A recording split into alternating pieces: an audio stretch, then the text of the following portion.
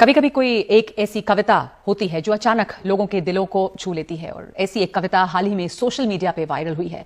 Mob lynching पर केंद्रित है ये कविता। नवीन चौरे नाम के एक युवा ने लिखी है। कविता की दुनिया में वो अब तक अनजाना नाम थे, लेकिन इस कविता ने उन्हें शोहरत दिलाई है। उन्होंने IIT दिल्ली से केमिकल इंजीनियरिंग की, लेकिन इसके बाद जिंदगी और दुनिया ने जो केमिकल लोचा पैदा किया उससे वो कवि हो गए। वो अदम गोंडवी के मुरीद हैं। अदम गोंडवी वाम चेतना के बड़े शायर थे। उनकी कई कविताएं दोहराई जाती हैं। जो डलहौजी न कर सका वो ये हुक्काम कर देंगे, कमीशन तो दो, हिंदुस्तान को नीलाम कर देंगे। खैर, नवीन चौरे हमारे बीच हैं। उनकी कविता जितनी अच्छी है, उनके पढ़ने का अंदाज उससे कम नहीं है। बहुत स्वागत है आपका प्राइम टाइम में। और शुरुआत करना चाहती हूं मैं उस कविता से जिसने आपको इतनी शोहरत दिलाई, और आपके बोलने का, उसको सुनाने का तरीका भी बहुत खूब है। तो आप हमें कविता सुनाने से शुरुआत कीजिए। जी बिल्कुल, बहुत बहुत शुक्रिया NDTV का, और जो भी लोग देख रहे हैं, जिन लोगों ने भी वो कविता लिखी है और उसको सराहा है, उससे जुड़े हैं, उनका बेहद शुक्रिया। आप ताकत है हम लोगों की, जो भी लिखना चाहते हैं, जो भी कुछ करना चाहते हैं। मैं सीधा कविता पे आऊँगा। नाम है वास्तविक कानून। जैसे कि एक सड़क पर खून है, तारीख तब का जून है, एक उंगली है पड़ी और उस पर जो नाखून है, नाखून पे है एक निशान। अब कौन होगा हुक्मरान जब चुन रही थी उंगलियां, ये उंगली भी तब थी वहां। फिर क्यों पड़ी है खून में, फिर क्यों पड़ी है खून में, जिसमें इसका है कहां। मर गया कि था ही ना। कौन थे वो लोग जिनके हाथ में थी लाठियां। कोई अफसर था पुलिस का, कोई अफसर था पुलिस का, न्यायाधीश आए थे क्या। कौन करता था वकालत, फैसला किसने दिया। या कोई धर्मात्मा था, धर्म के रक्षक थे क्या। धर्म का उपदेश क्या था, कौन थे वो देवता। ना पुलिस ना पत्रकार, नागरिक हूं जिम्मेदार। मेरे सीधे प्रश्न हैं, सीधा उत्तर दो मुझे। है सड़क पर खून क्यों, वो लोग आखिर कौन थे। आदमी छोटे हैं साहब, आदमी छोटे हैं साहब, हमका पड़ते बीच में। हम बचाने भी गए थे, 3 पड़ गए खींच के। मोटरसाइकिल लाए थे, रोड पे कर दी खड़ी, 8-10 लौंडे लपाड़े, लाठियां इतनी बड़ी। गाली दे के ना पूछा, पेट में घुसा दिया, अधमरा वो गिर पड़ा, फिर दे दनादन लाठियां। पांव की हड्डी मिटा दी, मांस की लुगदी बना दी। खून तो इतना बहा साहब के हमसे देखा ना गया। सब एक उनमें होश में था, एक उनमें होश में था। जाने उसको क्या पड़ी, जेब से चाकू निकाला, उंगली उसकी काट ली। आखिरी था बार जिसका, उनका वो सरदार था, उसने ही सबको बताया जो मरा गद्दार था। हक नहीं इनको हमारे देश के एक वोट पर, दीमकों को ना रखो घर जूतियों की नोक पर। सर पर ये चढ़ जाएंगे, ये कई गुना बढ़ जाएंगे। हुक्मरान होगा इन्हीं का, आग मूतेंगे सभी। पैर के नीचे कुचल दो, जीत होगी धर्म की।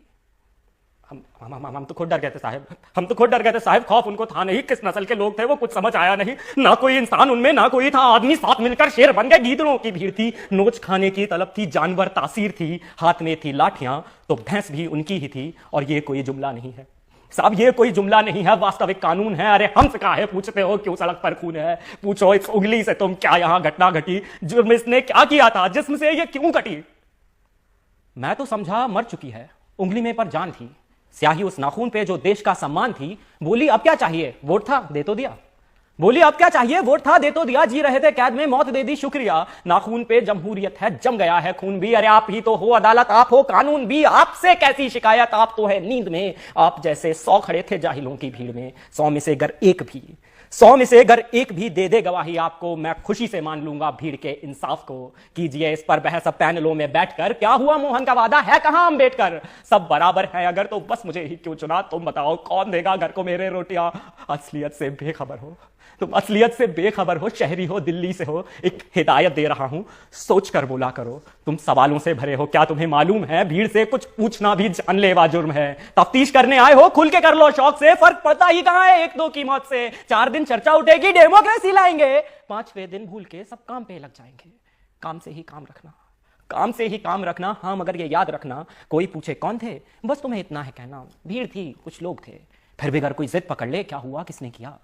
फिर भी अगर कोई जिद पकड़ ले, क्या हुआ किसने किया। सोच के उंगली उठाना, कट रही हैं उंगलियां।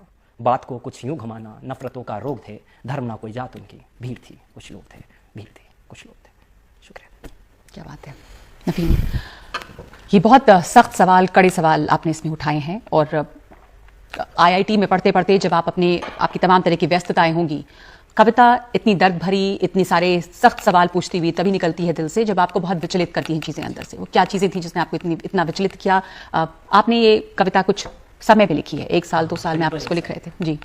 देखिए, विचलित करने का मुझे लगता है कि कोई एक इंसिडेंट नहीं होता है। वो चीजें आपके अंदर थोड़ी भरती जाती हैं। आप हर जगह भीड़ की हिंसा जब आप सुनते हैं, हाँ हिंसा भी, जिस भी तरीके से ऑपरेशन अगर आपके सामने होता है, जब भी कोई भी मेजॉरिटी, किसी भी तरह की मेजॉरिटी, किसी भी तरह की माइनॉरिटी को ऑपरेस करती है, और आप देखते हैं अगर आप उसका हिस्सा, अगर इवन आप मेजॉरिटी का भी हिस्सा हैं, तब भी आपके मन में वो डर बनता है कि जैसे ही मैं इनके अगेंस्ट खड़ा होऊंगा, ये लोग मेरे अगेंस्ट हो जाएंगे। सो वो डर धीरे धीरे हर जगह पे बनता गया है। बहुत टाइम का, मतलब मेरे ख्याल से पूरे बचपन से इकट्ठा होता रहा है, कहीं ना कहीं हमने देखा भी है। सो वो एक मोमेंट नहीं था, बहुत सारी चीजें हुई थी। फिर जब इतना ग्रोइंग वायलेंस इतना बढ़ने लगा, तब मुझसे रहा नहीं जा रहा था, मतलब मुझे कुछ करना था कि मैं किसी भी तरीके से कंट्रीब्यूट कर पाऊँ, एटलीस्ट कोशिश तो करूँ। मुझे नहीं पता कि कंट्रीब्यूशन कैसे कर पाएगा कोई, एक अकेला आदमी क्या कर सकता है, हर एक इंसान को उसमें हाथ बटाना पड़ेगा। बट मुझे लगा कि मैं जो भी कर सकता हूँ, एटलीस्ट जो कोशिश कर सकता हूँ मुझे करनी चाहिए। सो मैंने कोशिश की कि एक ऐसी चीज़ ढूंढी जाए, कहाँ वो जगह है जो सबको टच कर रही है, जो हर एक इंसानियत की बात इंसान को समझ में आती है।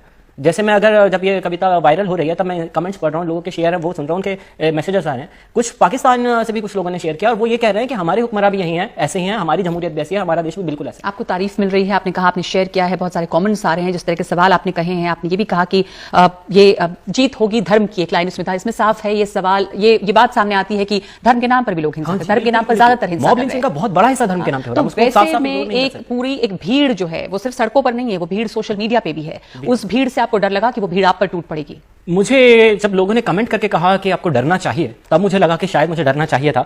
बट फिर मैं बहुत ज्यादा खुश हूं इस बात से और बहुत ज्यादा हैरान भी हूं, क्योंकि जब मैं इतने सारे लोगों का सुनता हूं कि पूरी ट्रोल आर्मी है और वो इतनी बैशिंग कर रही है, मुझे एक भी नेगेटिव मैसेज नहीं आया। और मैं बहुत खुश है, मेरा कोशिश यही थी कि एक डिस्कशन शुरू हो, एक ये मुद्दे पे बात की जाए। अगर हर आदमी बात कर रहा है, अगर आपके पास बात करने के लिए कोई नहीं है, आप हवा से बातें कीजिए, आप शीशे से बातें कीजिए, लेकिन बोलिए जरूर। और अब मैं देख रहा हूँ दोनों तरफ के लोग बोल रहे हैं, बातें निकाल रहे हैं। और आई थिंक मेरी उम्मीद है, आई थिंक सबकी उम्मीद होगी कि बातें होके बात करते करते ही बात करने से बात बढ़ेगी। और सवाल पूछना लाजमी है, सवाल नहीं पूछेंगे तो अब आप ये IIT में केमिकल इंजीनियरिंग कर रहे थे और अब आप कविताएं लिख रहे हैं। कविता लिखने का आपको हमेशा से शौक था, ये आपकी पहली कविता थी? आप स्टूडेंट लाइफ में लोग अमूमन रोमांटिक पोएट्री और तमाम लिखते हैं, पर आपने ये जो कविता लिखी है ये आपकी पहली कविता थी? नहीं जी, बिल्कुल पहली कविता नहीं थी। पहली कविताएं, पर हाँ, अगर जिस चीज को कविता कहा जा सकता है उसमें मैं कह सकता हूँ कि उस तौर पे कविता के पैमाने पे जो मुझे लगता है पर्सनली मेरे लिखा हुआ में कि ये खरी उतरती है। बाकी ये कोशिश तो हमेशा से धीरे धीरे, वो भी एक तरह का शिल्प है कविता का भी। मतलब अगर आप कारपेंट्री करते हैं, पेंटिंग करते हैं, तो एक दिन में नहीं आती आपकी पेंटिंग, पहली कभी अच्छी नहीं होती, तो बहुत दिन प्रैक्टिस करनी पड़ती है। और उसके बाद कविता की इंट्रिकेसीज समझनी पड़ती है कि कैसे असर कर रही है दिमाग पे। There is a science behind poetry. मतलब आप एक तरह से साउंड वेव्स और आपके सबकॉन्शियस में जो मीनिंग है उनको यूज करते हुए आप किसी के सबकॉन्शियस पे असर कर रहे हैं और एक कलेक्टिव कॉन्शियस क्रिएट कर रहे हैं। सो वो विद टाइम आता है। कॉलेज टाइम में भी लिखना शुरू किया था, असल में लिखना कॉलेज टाइम में शुरू किया। स्ट्रीट प्ले नुक्कड़ नाटक करते थे, उसके लिए पैरोडीज लिखनी होती थी वहाँ से। तो मैं अपने नुक्कड़ नाटक के दोस्तों को यहाँ से बहुत बहुत शुक्रिया कहना चाहता हूँ कि उन्होंने मुझे इस तरफ जबरदस्ती धकेला और मेरी इंजीनियरिंग पूरी तरह से खराब हो गई। सो मैं अब कविता कर पा रहा हूँ। इंजीनियरिंग खराब हुई और कविता आपकी सवर गई और अब आप इंजीनियरिंग छोड़ के कविता पर ध्यान लगा रहे हैं। आपको बहुत बहुत मुबारक हो ये नया लाइन और आपको ऑल द बेस्ट आगे के लिए। शुक्रिया बहुत प्राइम टाइम में शामिल होने के लिए। धन्यवाद।